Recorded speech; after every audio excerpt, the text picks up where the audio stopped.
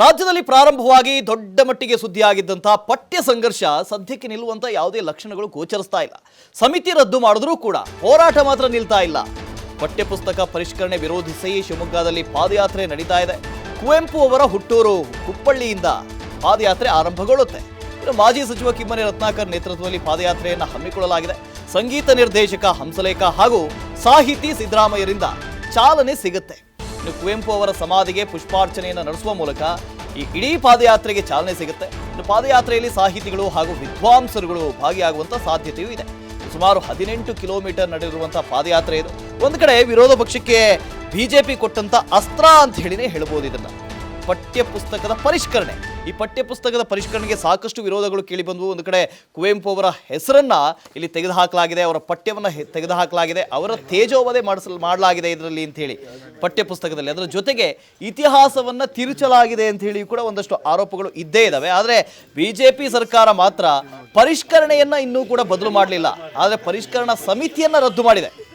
ಪರಿಷ್ಕರಣೆ ಏನೆಲ್ಲ ಮಾಡಿದಾರೋ ಅದನ್ನು ರದ್ದು ಮಾಡಲಿಲ್ಲ. ಜೊತೆಗೆ ಅದನ್ನು ಮತ್ತೆ ನಾವು ಈ ಹಿಂದೆ ಇದ್ದಂತೆ ಮಾಡ್ತೀವಿ ಅಂತ ಹೇಳಿನೂ ಹೇಳಲಿಲ್ಲ. ಈಗಾಗಲೇ ಪಠ್ಯ ಪುಸ್ತಕಗಳನ್ನು ಎಲ್ಲ ಮಕ್ಕಳಿಗೆ ಎಲ್ಲ ಶಾಲೆಗಳಿಗೂ ಹಂಚಲಾಗಿದೆ. ಆ ಪಠ್ಯ ಪರಿಷ್ಕರಣೆ, ಈ ಪಠ್ಯ ಪುಸ್ತಕ ಪರಿಷ್ಕರಣೆ ಮಾಡಿದಂಥ ಸಮಿತಿ ಇದೆಯಲ್ಲ, ಇವರು ಮಾಡಿದಂಥ ಪರಿಷ್ಕರಣೆ ಇದೆ. ಆದರೆ ವಿರೋಧ ಪಕ್ಷಗಳು ಕೇಳ್ತಾ ಇರುವಂಥದ್ದು ಈ ಹಿಂದೆ ಬರಗೂರು ರಾಮಚಂದ್ರಪ್ಪ ಅವರು ಮಾಡಿದಂಥ ಪರಿಷ್ಕರಣೆ ಏನಿದೆ ಅದನ್ನೇ ಮುಂದುವರಿಸ್ಕೊಂಡು ಹೋಗಬೇಕು. ಯಾಕಂದರೆ ಈ ಪರಿಷ್ಕರಣೆಯಲ್ಲಿ ಸಾಕಷ್ಟು ಪಠ್ಯಗಳನ್ನು ಬಿಟ್ಟು ಹೋಗಲಾಗಿದೆ. ಒಂದು ಕಡೆ ಕುವೆಂಪು ಅವರ ಹೆಸರನ್ನು ಕೂಡ ತೆಗೆದುಹಾಕಿದ್ದಾರೆ ಪಠ್ಯದಿಂದ. ಜೊತೆಗೆ ಒಂದಷ್ಟು ಅವರ ಪದ್ಯಗಳನ್ನು, ಪಾಠಗಳನ್ನು ಅದನ್ನು ಕೂಡ ತೆಗೆದುಹಾಕಲಾಗಿದೆ. ಜೊತೆಗೆ ಸ್ವಾತಂತ್ರ್ಯ ಹೋರಾಟಗಾರರು ಭಗತ್ ಸಿಂಗ್ ಆಗಿರ್ಬೋದು, ಸಮಾಜ ಸುಧಾರಕರು ಒಂದಷ್ಟು ಜನ ಅವರ ಪಠ್ಯಗಳನ್ನು ಕೂಡ ಈ ಪುಸ್ತಕದಿಂದ ತೆಗೆದುಹಾಕಲಾಗಿದೆ ಅನ್ನುವಂಥ ಆರೋಪ ಇದ್ದೇ ಇದೆ. ಈ ಹಿನ್ನೆಲೆಯಲ್ಲಿ ಇವತ್ತು ಕಾಂಗ್ರೆಸ್ ಒಂದು ದೊಡ್ಡ ಪಾದಯಾತ್ರೆಯನ್ನು ಹಮ್ಮಿಕೊಂಡಿರುವಂಥದ್ದು ನೀವು ಕೂಡ ದೃಶ್ಯದಲ್ಲಿ ಗಮನಿಸ್ತಾ ಇದ್ದೀರಿ. ಇನ್ನೇನು ಕೆಲವೇ ಹೊತ್ತಿನಲ್ಲಿ ಪಾದಯಾತ್ರೆ ಆರಂಭ ಆಗುತ್ತೆ.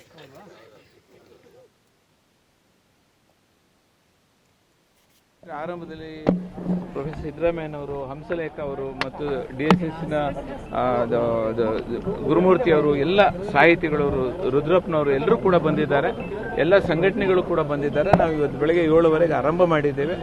ಇಲ್ಲಿಂದ ನಾವು ಪಾದಯಾತ್ರೆ ಮಾಡ್ತೀವಿ. ಇದ್ರ ಉದ್ದೇಶ ಈಗ ಅನುಷ್ಠಾನ ಮಾಡಿರ್ತಕ್ಕಂಥ ಏನು ರೋಹಿತ್ ಚಕ್ರವರ್ತಿ ಮತ್ತು ನಾಗೇಶ್ ರವರು ಮಾಡಿರ್ತಕ್ಕಂಥ ಅಧ್ವಾನಗಳೇನಿದೆ ಪಠ್ಯಕ್ರಮದಲ್ಲಿ ಅದನ್ನು ಸಂಪೂರ್ಣ ಕೈ ಬಿಡಬೇಕು ಮತ್ತು ಹಿಂದಿನ ಸಮಿತಿ ಅವರು ಏನು ಕೊಟ್ಟಿದ್ದಾರೆ ಅದನ್ನು ಅನುಷ್ಠಾನ ಮಾಡಬೇಕು.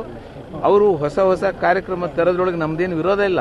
ಆದರೆ ಚರ್ಚೆ ಮಾಡಲಿ, ಸದನದಲ್ಲಿ ಚರ್ಚೆ ಮಾಡಲಿ, ಸಬ್ಜೆಕ್ಟ್ ವೈಸು ಸಮಿತಿಗಳನ್ನು ರಚನೆ ಮಾಡಲಿ, ಎಲ್ಲೆಲ್ಲಿ ತಪ್ಪಿದೆ ಯಾವುದನ್ನು ಬಿಡಬೇಕು ಅನ್ನೋದು ಮಾಡಿ. ಈಗ ಅವ್ರು ಮಾಡಿರ್ತಕ್ಕಂಥ ಪಠ್ಯಕ್ರಮದಲ್ಲಿ ಪುರಂದರದಾಸರಿಗೆ ಅವಮಾನ ಮಾಡಿದ್ದಾರೆ, ಮಹಾವೀರಿಗೆ ಅವಮಾನ ಮಾಡಿದ್ದಾರೆ, ಕುವೆಂಪು ಅವಮಾನ ಮಾಡಿದ್ದಾರೆ, ಅಂಬೇಡ್ಕರ್ಗೆ ಅವಮಾನ, ಭಗತ್ ಸಿಂಗ್ ಮಾಡಿದ್ದಾರೆ, ನಾರಾಯಣಗುರಿಗೆ ಮಾಡಿದ್ದಾರೆ, ಹೆಚ್ಚು ಕಡಿಮೆ ಕನಕದಾಸ ಯಾರಿಗೂ ಬಿಟ್ಟಿಲ್ಲ.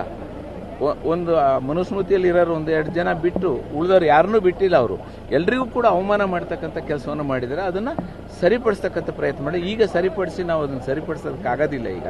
ಈಗ ಹಳೆ ಏನು ನಾವೇನು ಕೊಟ್ಟಿದ್ದೀವಿ 2.5 ವರ್ಷ ಅನುಷ್ಠಾನ ಮಾಡಿರ್ತಕ್ಕಂಥ 2.5 ವರ್ಷ ಪ್ರಯತ್ನ ಪಟ್ಟು ಅಧ್ಯಯನ ಮಾಡಿರ್ತಕ್ಕಂಥದ್ದು ಏನಿದೆ ಅದನ್ನು ಅನುಷ್ಠಾನ ಮಾಡಲಿ. ಈಗ ಅದನ್ನು ಮಾಡಲಿ. ಆ 200 ಕೋಟಿ ರೂಪಾಯಿ ನಷ್ಟ ಆಗತ್ತೇನಿದೆ ಅದು ನಾಗೇಶ್ ಮತ್ತು ರೋಹಿತ್ ಚಕ್ರವರ್ತಿ ಸರ್ಕಾರ ಕಟ್ಟೋದು ಒಳ್ಳೆಯದು. ಯಾಕೆಂದರೆ ಈ ಸಮಯ ಹೋಗುತ್ತೆ ಮಾಡುತ್ತೆ. ಈಗ ಕೊರೋನಾದಲ್ಲಿ 2 ವರ್ಷನೇ ಕಳೆದು ಹೋಗಿದೆಯಂತೆ. ಈಗ 1 ತಿಂಗಳಲ್ಲಿ ಏನಾಗೋ ಅಂಥದ್ದು ಏನಿಲ್ಲ. ನಾನು ಮಂತ್ರಿ ಆಗಿಂತ ಮೊದಲು ನೋಡಿದ್ದೀನಿ. ಇವರೆಲ್ಲ ಪುಸ್ತಕ ಕೊಟ್ಟು ಡಿಸೆಂಬರ್ವರೆಗೂ ಕೊಟ್ಟಿದ್ದಾರೆ. ಹಿಂದಿನವರು ಪುಸ್ತಕ, ಬಟ್ಟೆನೋ, ಸೈಕಲ್ ಎಲ್ಲ ಜನವರಿಗೆ ಕೊಟ್ಟಿರೋದು ನಾವು ನೋಡಿದ್ದೀವಿ. ಎಲ್ಲದನ್ನೂ ಕೂಡ ಸರಿಪಡಿಸ್ತಕ್ಕಂಥದ್ದಕ್ಕೆ ಅವಕಾಶ ಇದೆ, ಮಾಡಬೇಕು. ಅಲ್ಲಿವರೆಗೆ ಹೋರಾಟ. ಇವತ್ತು ಈ ಹೋರಾಟಕ್ಕೆ ಬೆಂಬಲಕ್ಕೆ ನಿಂತ ಸಾಹಿತಿಗಳು, ದಲಿತ ಸಂಘ ಸಮಿತಿ, ಎಲ್ಲ ವಿವಿಧ ಸಂಘಟನೆಗಳು ಪಕ್ಷಾತೀತವಾಗಿ ನಾವು ಮಾಡ್ತಾ ಇದ್ದೇವೆ. ಎಲ್ಲರನ್ನೂ ಕೂಡ ಕರೆದಿದ್ದೇವೆ. ಇವರು ಇದೆಲ್ಲ ನಾನು ಹೇಳೋದಕ್ಕಿಂತನೂ ಹಂಸಲೇಖ ಅವರಿದ್ದಾರೆ, ಪ್ರೊಫೆಸರ್ ಸಿದ್ದರಾಮಯ್ಯ ಇದ್ದಾರೆ.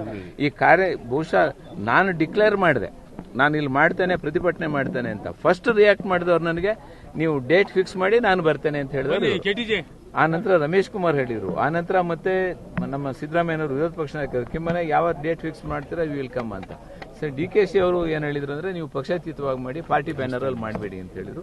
ಈ ಕಾರ್ಯಕ್ರಮ ಮಾಡಿದ್ದೀವಿ. ಸಾಹಿತಿಗಳು, ಬರಹಗಾರರು, ಪತ್ರಕರ್ತರು ಎಲ್ಲರೂ, ದಿನೇಶ್ ಅಮ್ಮನಮಠ ಇದ್ದಾರೆ, ಎಲ್ಲರೂ ರೈತ ಸಂಘದವರು ಬಂದಿದ್ದಾರೆ, KT ಗಂಗಾಧರು, ಬಸವರಾಜಪ್ಪನವರು ಎಲ್ಲರನ್ನೂ ಕೂಡ ನಾವು ಜೋಡಿಸ್ಕೊಂಡು ಹೋಗಿ ಸಾಹಿತ್ಯ ಪರಿಷತ್ತಿನ ಜಿಲ್ಲಾ ಅಧ್ಯಕ್ಷರು ಬಂದಿದ್ದಾರೆ. ಎಲ್ಲರೂ ಕೂಡ ನಾನು ಸ್ವಾಗತವನ್ನು ಮಾಡ್ತೇನೆ. ಇದು ಇಡೀ ನಾಡಿನಾದ್ಯಂತ ಹರಡಬೇಕು ಅನ್ನೋದು ನನ್ನ ಅಪೇಕ್ಷೆ ಇದೆ. ನಾಡಿನಾದ್ಯಂತ ಬರಬೇಕು.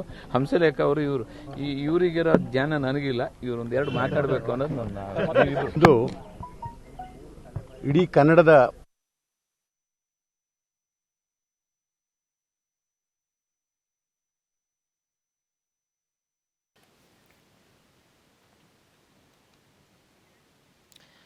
ಇನ್ನು ರಾಜ್ಯದಲ್ಲಿ ಸದ್ಯಕ್ಕೆ ಪಠ್ಯ ಸಂಘರ್ಷ ನಿಲ್ಲುವಂತಹ ಯಾವುದೇ ಗತಿವಿಧಿಗಳು ಕಾಣಿಸ್ತಾ ಇಲ್ಲ. ಇನ್ನು ಸಮಿತಿ ರದ್ದು ಮಾಡಿದ್ರೂ ಕೂಡ ಹೋರಾಟ ಮಾತ್ರ ನಿಲ್ತಾ ಇಲ್ಲ. ಈಗಾಗಲೇ ಸರ್ಕಾರವು ಸಮಿತಿಯನ್ನು ರದ್ದು ಮಾಡಿದೆ. ಪರಿಷ್ಕರಣೆ ಸಮಿತಿ ಏನು ಮಾಡಿತ್ತು, ಪರಿಷ್ಕರಣೆಯನ್ನು ಈ ಸಮಿತಿಯನ್ನೇ ರದ್ದು ಮಾಡ್ತೀವಿ ಅಂತ ಹೇಳಿದೆ. ಆದರೆ ಪರಿಷ್ಕರಣೆ ಮಾಡಿರುವಂಥ ಪಠ್ಯ ಈಗಾಗಲೇ ಶಾಲೆಗಳ ಕೈ ಸೇರಿದೆ, ಮಕ್ಕಳ ಕೈ ಸೇರಿದೆ. ಅದರಲ್ಲಿ ಮಹಾನುಭಾವರಿಗೆ ಅವಮಾನ ಆಗಿದೆ.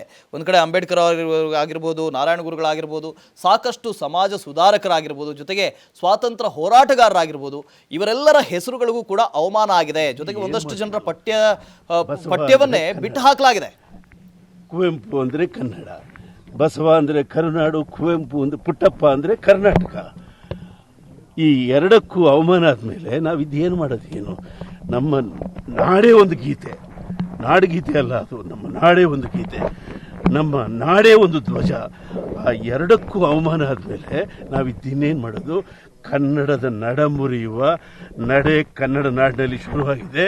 100 ವರ್ಷಗಳ ಹೋರಾಟ ಮಾಡಬೇಕು ನಾವು ಭಾಷಾಂಧರು ಅಂದರೂ ಸರಿ, ತಮಿಳರನ್ನು ನಾವು ಅನುಸರಿಸಬೇಕು. ಅವರು ನೋಡಿ, ತಮಿಳುನಾಡಿನಲ್ಲಿ ಅವರ ಭಾಷೆಗೆ ಕೊಂಚ ಎಡವಟ್ಟಾದರೂ ಆಳುವವರು ವಿರೋಧದವರು ಎಲ್ಲ ಒಟ್ಟಾಗಿ ಸೇರಿ ಕೂಗ್ತಾರೆ. ನಾವು ಪಕ್ಷ ಇಲ್ಲ, ನಾವು ಕವಿ ಪಕ್ಷ, ಕನ್ನಡದ ಪಕ್ಷ. ಇಲ್ಲಿಂದ ಶುರುವಾಗಿದೆ ಕುಪ್ಪಳ್ಳಿ ಕಾಳೆ.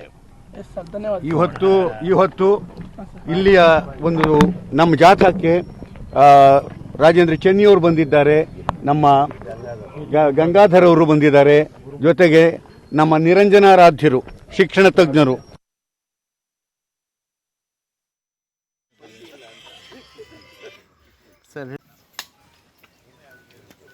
ಪಠ್ಯಪುಸ್ತಕ ಪರಿಷ್ಕರಣೆಯನ್ನು ವಿರೋಧಿಸಿ ಶಿವಮೊಗ್ಗದಲ್ಲಿ ಪಾದಯಾತ್ರೆ ನಡೀತಾ ಇದೆ. ಕುವೆಂಪು ಅವರ ಹುಟ್ಟೂರು ಕುಪ್ಪಳ್ಳಿಯಿಂದ ಪಾದಯಾತ್ರೆ ಆರಂಭ ಆಗಿದೆ. ಸಾಕಷ್ಟು ಜನ ಅಲ್ಲಿ ಸೇರಿದ್ದಾರೆ. ಜೊತೆಗೆ ಪಕ್ಷದ ಬ್ಯಾನರ್ನ ಅಡಿಯಲ್ಲಿ ಯಾವುದೇ ಹೋರಾಟವನ್ನು ನಾವು ಮಾಡೋದಿಲ್ಲ. ಇದು ಪಕ್ಷಾತೀತವಾದಂಥ ಹೋರಾಟ. ಕನ್ನಡದ ನಡಮುಡಿಯುವಂಥ ಕೆಲಸವನ್ನು ಮಾಡಿದ್ದಾರೆ, ಅದನ್ನು ನಾವು ವಿರೋಧ ಮಾಡ್ತಾ ಇದ್ದೀವಿ. ಹಾಗಾಗಿ ಇದು ಪಕ್ಷಾತೀತವಾಗಿ ನಡೀತಾ ಇರುವಂಥ ಹೋರಾಟ ಅಂತ ಹೇಳಿ ಸಾಕಷ್ಟು ಸಾಹಿತಿಗಳು ಕೂಡ ಇದ್ದಾರೆ. ಹಂಸಲೇಖ ಅವರು ಇದ್ದಾರೆ, ಜೊತೆಗೆ ಮಾಜಿ ಶಿಕ್ಷಣ ಸಚಿವರು ಕಿಮ್ಮನೆ ರತ್ನಾಕರ್ ಅವರು ಕೂಡ ಇದ್ದಾರೆ. ಈ ಹಿಂದೆ ನಾವು ಒಂದು ಪರಿಷ್ಕರಣಾ ಸಮಿತಿಯನ್ನು ಮಾಡಿದ್ವಿ. ಆ ಪರಿಷ್ಕರಣಾ ಸಮಿತಿ 2.5 ವರ್ಷಗಳ ಕಾಲ ಪ್ರತಿಯೊಂದು ಪಠ್ಯದ ಬಗ್ಗೆ ಅಧ್ಯಯನ ಮಾಡಿ ಪರಿಷ್ಕೃತ ಪಠ್ಯ ಪುಸ್ತಕವನ್ನು ಜಾರಿಗೆ ತಂದಿತ್ತು. ಅದರಲ್ಲಿ ಎಲ್ಲವೂ ಕೂಡ ಸರಿ ಇತ್ತು, ಏನೂ ಸಮಸ್ಯೆ ಇರಲಿಲ್ಲ. ಬರಗೂರು ರಾಮಚಂದ್ರಪ್ಪ ಅವರ ನೇತೃತ್ವದಲ್ಲಿ ಇದ್ದಂಥದ್ದು ಪಠ್ಯ ಪರಿಷ್ಕರಣಾ ಸಮಿತಿ ಅದು. ಆದರೆ ಏಕಾಏಕಿಯಾಗಿ ಬಂದಂಥ BJP ಒಂದಷ್ಟು ಜನರನ್ನ ಇಟ್ಕೊಂಡು ಪಠ್ಯ ಪುಸ್ತಕ ಪರಿಷ್ಕರಣೆ ಮಾಡ್ತೀವಿ ಅಂತ ಹೇಳಿ ಹೊರಟು ಇಡೀ ಕರುನಾಡಿಗೆ ಅವಮಾನ ಮಾಡುವಂಥ ಕೆಲಸವನ್ನು ಮಾಡಿದೆ. ತಮಿಳುನಾಡಿನಲ್ಲಿ ನೋಡಿ, ಒಂದು ಭಾಷೆಗೆ ಅವರು ಎಷ್ಟು ಮರ್ಯಾದೆಯನ್ನು ಕೊಡ್ತಾರೆ, ಎಷ್ಟು ಗೌರವವನ್ನು ಕೊಡ್ತಾರೆ. ಅವರ ಭಾಷೆಗೆ ಎಲ್ಲಾದರೂ ಒಂದು ಸಣ್ಣ ಧಕ್ಕೆ ಬಂದರೂ ಕೂಡ, ಒಂದು ಸಣ್ಣ ಧಕ್ಕೆ ಬಂದ್ರೂ ಅದನ್ನು ಸಹಿಸ್ಕೊಳ್ಳೋದಿಲ್ಲ ಅವರು. ಆದರೆ ಕರ್ನಾಟಕದಲ್ಲಿ ಏನು ನಡೀತಾ ಇದೆ, ನಮ್ಮವರ ಅಂದರೆ ಕರುನಾಡಿನಲ್ಲಿ ನಮ್ಮ ನಡಮುರಿಯುವಂಥ ಕೆಲಸವನ್ನು ಮಾಡ್ತಾ ಇದೆ ಸರ್ಕಾರ. ಹೀಗಿದ್ದಾಗ ನಾವು ಸುಮ್ಮನೆ ಕೂರೋದು ಹೇಗೆ?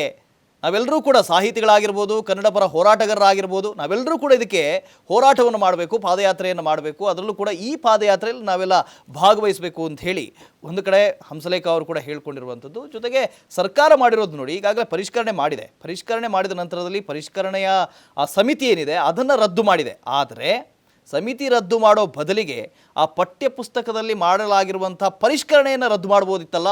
ಆ ಪರಿಷ್ಕರಣೆಯನ್ನು ರದ್ದು ಮಾಡಿಲ್ಲ. ಆ ಪರಿಷ್ಕರಣೆ ಹಾಗೇ ಇದೆ.